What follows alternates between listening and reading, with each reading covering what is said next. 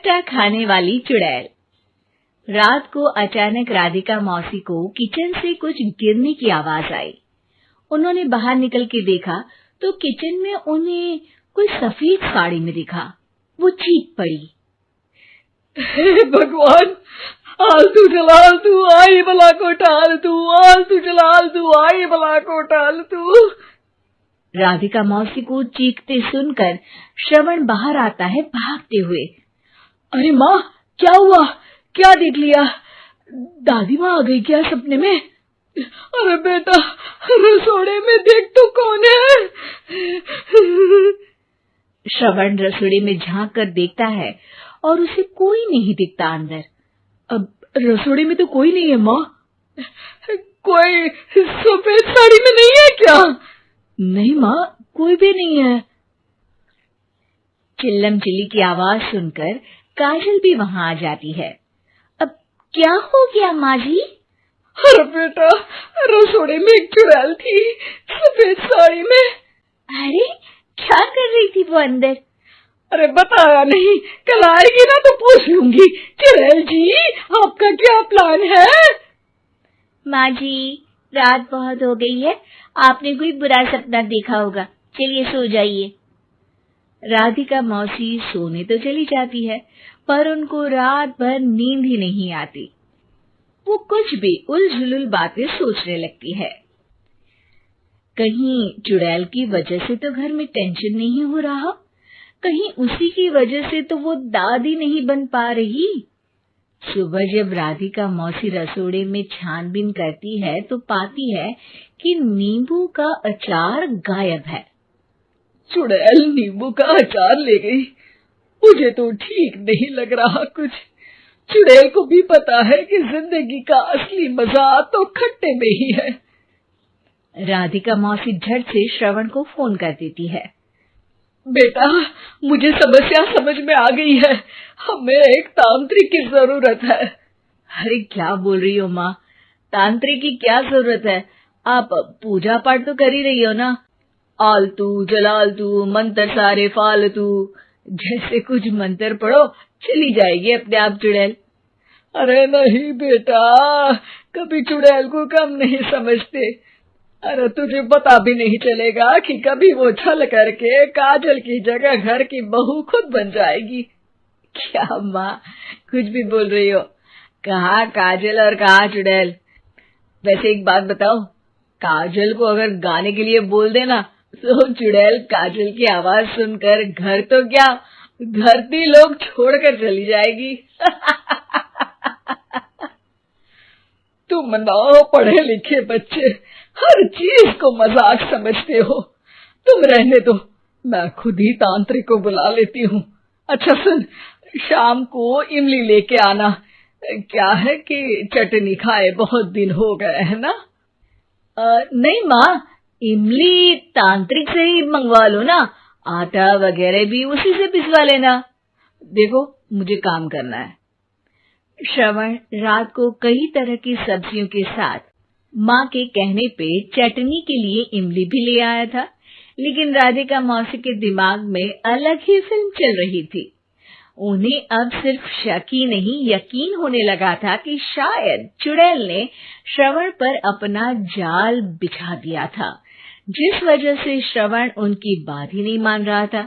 पर कोई नहीं, आने वाली रात में राधिका मौसी खुद तैयार हो गई चुड़ैल को पकड़ने के लिए। रुद्राक्ष की माला, तुलसी का पत्ता, हनुमान चालीसा सब हाथ के पास ही था, बस चुड़ैल का इंतजार था। और जैसा राधिका मौसी ने सोचा था वैसा ही हुआ। वो चुड़ैल उस रात भी आई, पर वो राधिका मौसी से तेज निकली और राधिका मौसी के उससे पकड़ने के पहले ही वो भाग खड़ी हुई।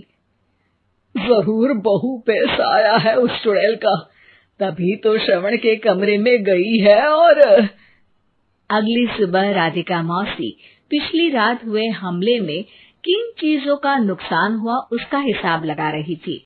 उनके खेमे से एक आम के अचार की शीशी भी गायब हो चुकी थी और वो इमली भी जो कल श्रवण लेकर आया था।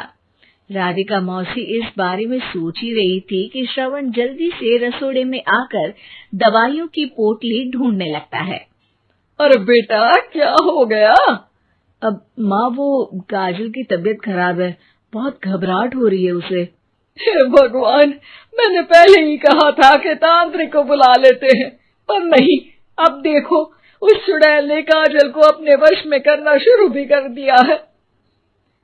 हालांकि श्रवण भूतों में विश्वास नहीं करता था, पर अब वो भी डर जाता है और राजी हो जाता है एक तांत्रिक को बुलाने के लिए।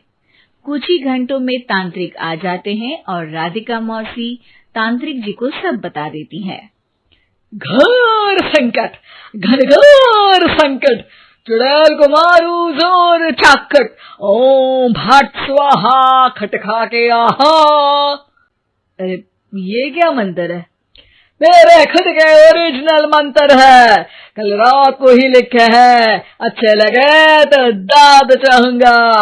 एक और मंत्र सुनो, अर्ज किया है, आब्राकडाब्रा, दिल्ली, बम्बई, आगरा, चंदा मामा सोरले, सुरन मामू जारा। ये मंत्र है? अरे कोई 40 वाली सा पढ़ो ना। वक्त कम है, 40 नहीं पड़ेंगे, 20-25 में काम चलाना पड़ेगा। अलग निरंजन, जाके लंदन, मुफ्त का मंजान, घिस मेरे नंदन। अरे जल्दी करो तांत्रिक जी, जल्दी करो। तांत्रिक अपने उल झलूल मंत्र पढ़ने लगता है। श्रवण को तांत्रिक पे शक होता है। वो अपने एक डॉक्टर दोस्त को कॉल कर देता है ताकि कोई अनहोनी हो तो इमरजेंसी में चीजें मैनेज हो जाए। तांत्रिक धुनी रमाता है, जिसकी वजह से कमरे में काफी धुआं हो जाता है और जिसकी वजह से बहू की घबराहट बढ़ जाती है। अब भागेगी चुड़ैल। हाँ। बहू खांसते हुए धुएं से बचने के लिए बाहर चली जाती है। अरे भाग रही है, भाग रही है। पीछे पीछे श्रवण भी जाता है। बहू एक सोफे पर बैठ जाती है। तभी डॉक्टर दोस्त आ जाते हैं और श्रवण को पानी लाने के लिए कहते हैं। थोड़े चेकअप के बाद डॉक्टर कहते हैं, मेरे हिसाब से जाप का काम पूरा हो गया है।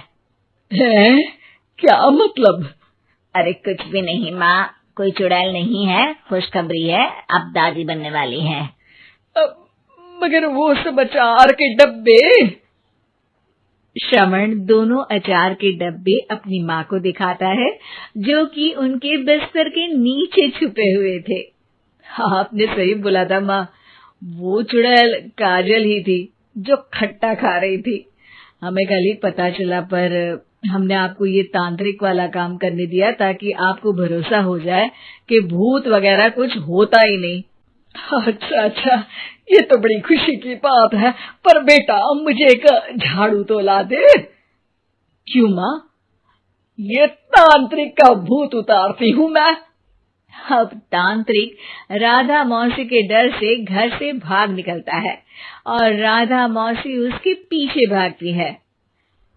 अरे संकट ये घनघोर है, तांत्रिक मुआ चोर है।